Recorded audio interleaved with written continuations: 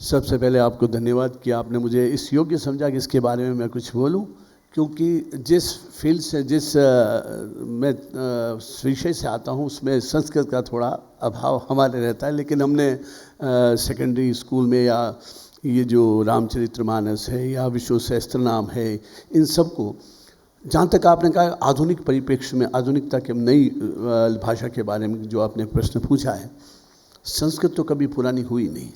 संस्कृत तो हमारी धाती है।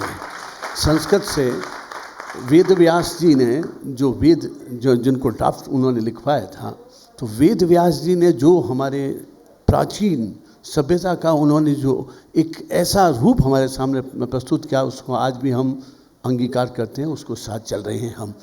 मेरा एक छोटा सा आपसे कहना, ज़्यादा लंबी बात तो मैं कहूँगा नहीं।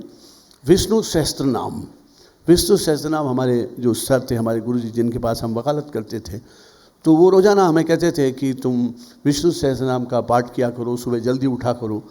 तो एक दिन मैंने उनको पूछा कि ये बहुत लंबा है, हम कैसे पढ़ें? तो उन्होंने कहा कि इसका एक्सप्रेशन जो है वो तो आ नहीं सकता, लेकिन एक रोज़ाना लेके बैठो और एक सीडी आती है, उसमें उसको साथ में आप पढ़ो। उसमें तो शुरू में विष्णु विष्णु बसटकारो भूत भव्य भवत प्रभु, ये स्टार्ट करते थे। फिर मैंने पूछा, साहब ये है क्या, ये क्यों विष्णु सहस्त्रनाम पढ़ते हैं? तो बहुत सुंदर बात उन्होंने बताई, वो मैंने मेरी ज़िंदगी में उतार ली। वो ये थी कि वो कहते थे कि रोज़ाना इस पृथ्वी पर विष्णु भगवान जब सूर्योदय होता है, जब कुर्सी लगा के बैठते हैं, रोज़ाना सिंहासन लगा के बैठते हैं। और सिंहासन लगा के बैठते हैं इसीलिए जो लोग, जो इंसान है, उसको एक्सप्रेशन की पावर दी है। मैं कह सकता हूँ रविशंकर जी बैठे हैं, सुनील जोशी बैठे हैं, लेकिन कबूतर या कोई भी दूसरा जीव है वो ये एक्सप्रेशन नहीं कर सकता, ये बैठे हैं। एक जीव को ही ऐसा दिया है। तो विष्णु भगवान हमें दिखते नहीं, लेकिन रोज़ाना बैठते हैं। इसलिए सुबह सुबह जो सूर्योदय से आधा घंटा पहले उठेगा और आधा घंटा बाद तक वो उसके दर्शन करेगा, और सिर्फ इस दिशा में जाके, कोई ज़रूरी नहीं कि स्नान करे कुछ करे, लेकिन जाकर के खड़ा हो जाएगा।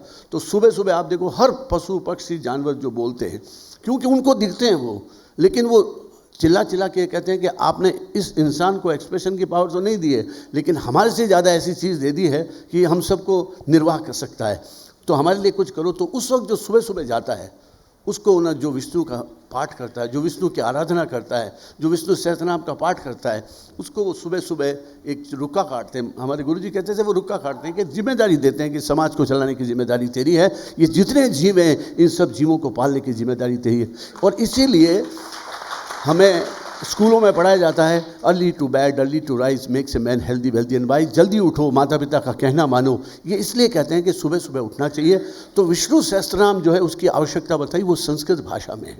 और संस्कृत भाषा में तो आप देखिए तुलसीदास जी ने लिखी है, जो रामायण लिखी है, वाल्मीकि जी ने लिखी है। वाल्मीकि जी कहते हैं वो तो पढ़े लिखे भी नहीं थे, लेकिन संस्कृत भाषा में उन्होंने लिखी। और उसके बाद रामचरितमानस। इसका मतलब ये कि संस्कृत कितनी परिपक्व थी उस वक्त, जहाँ ऐसे ऐसे लोग, ऐसे जिनको कहते थे कि ये तो बहुत अपराधी किस्म के लोग थे, लेकिन चेंज हुए, वो भी संस्कृत में इस तरह से लिखते थे। हमारे तुलसीदास जी महाराज वो भी लिखते थे। तो इन सब बाद में तो साकेत के अंदर मैथिली शरण गुप्त साहब ने जो लिखी, उसमें तो एक लाइन रोजाना पढ़ते हैं कि राम तुम्हारा चरित्र स्वयं ही काव्य है, कोई कभी बन जाए सहज संभावी है। तो ये सारी बातें जो हैं, ये जीवन में आगे बढ़ने के लिए हमें मिली है संस्कृत से। भले ही संस्कृत हमारी राजभाषा नहीं है, क्योंकि हमारी 35 करोड़ की जनता थी 15 अगस्त 1947 को, अब 135 करोड़ की हैं। तो अब हमें सारे विश्व की चीज़ें हमें सीखनी पड़ती है, संस्कृत को भी सीखना पड़ता है। ज़्यादा बोलूँगा नहीं क्योंकि आप लोगों का कार्यक्रम है। मैं बस यही चाहूँगा कि संस्कृत के प्रति मैं नमन करता हूँ। संस्कृत चाहता हूँ कि ऐसे कार्यक्रम होते रहें, बच्चों को हमारी संस्कृति का पता चलता रहे। और ये जो सब लोग आए हैं, ये सब युवा लोग हैं, संस्कृत के प्रति इनका रुझान है, मैं इनको भी नमन करता हूँ, इनको बहुत बहुत आशीर्वाद देता हूँ। धन्यवाद। पंकज जी अपने सामने अपना वक्तव्य देंगे, उससे पहले मैं इनके माध्यम से सरकार को रिक्वेस्ट करना चाहता हूं कि जो फाइनेंस की कमी इनके आई, राजस्थान सरकार कुछ ऐसा करे कि संस्कृत के जो फिल्म बनाने वाले हैं उनको भी फाइनेंस की, और इसके साथ साथ में जो कला जगत के लोग हैं उनको भी कुछ वित्तीय सहायता दें। हम भी हमारे श्रीमान अशोक गहलोत साहब हमारे जोधपुर को रिप्रेजेंट करते हैं, मैं भी उनको एक चिट्ठी लिख के निवेदन करूंगा कि वो इस तरह से करें। एक सरल प्रक्रिया हो आपके यहाँ पे, इतनी कलिष्ट प्रक्रिया है। कई लोग हमारे पास आते हैं, जोधपुर से आते हैं, रमेश बोलाना जी से मैंने परसों कहा था, मैंने कहा प्रक्रिया सरल करूँ, क्यों एक कुंठित हो जाता है एक आदमी, उसको पैसा चलता है तो वो काम नहीं कर पाता है, फिर इनकी तरह किसी से कहना पड़ता है। इसलिए आपके माध्यम से हम सरकार को रिक्वेस्ट करते हैं। बहुत ही सुंदर तरीके से ओझा जी ने बताया है।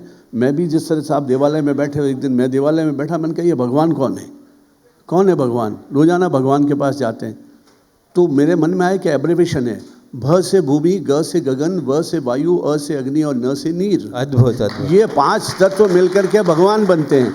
अब मैंने सोचा कि इंसान की देह इसको जलाते हैं तो टीबे क्यों नहीं बढ़ते शमशान के अंदर, टीबे क्यों नहीं बनते, रेत के टीबे बनने चाहिए। तो ये जो 5 तत्व अपने अपने स्थान पे चले जाते हैं। लेकिन फिर मन में आया कि ले जाके गंगा के अंदर क्यों विसर्जित करते हैं हमारे अस्थियों को। तो मन में आया कि इसका भी कोई कारण है। कारण ये है कि जब तक वो अस्थियाँ हमारी गंगा के अंदर बहती जाती है, जब तक मीठा पानी होता है, समंदर में जाते ही खारा हो जाता है। क्यों? तो एवोपरेशन से जो बादल बनते हैं वो हमारे संस्कारों से बनते हैं, बाकी कचरा वहाँ पड़ा रहता है जो खारा होता है। और वो जो बादल होते हैं वो बरसते हैं वापस आकर के, उससे जो क्रॉप होती है उससे वापस इंसान, और गुरुत्वाकर्षण शक्ति की आपने बात कही है, वो हमारे संस्कार शक्ति से उसको बुलाते हैं और वहीं पे बरसते हैं जहाँ उस परिवार के लोग रहते हैं, और वही वो अन्न खाते हैं, इसलिए हमारी शक्लें मिलती हैं, हमारी शक्लें इसलिए मिलती हैं। और ये जो प्रोसेस जो है ये गीता के सार के रूप में आपने भी बताया है। और मुझे भी ये मैंने खुद ने मन में सोचा कि ये इस तरह से है। तो बादल जो बनते हैं वो हमारे संस्कारों से बनते हैं, इसीलिए हमारे संस्कार। और देखिए आप, मैं यहाँ कोई विवादित बात नहीं करूँगा, जो लोग देह को जलाते नहीं हैं उनकी स्थितियों में और हमारी स्थितियों में फ़र्क है, हमारे संस्कारों में फ़र्क है। Thank you.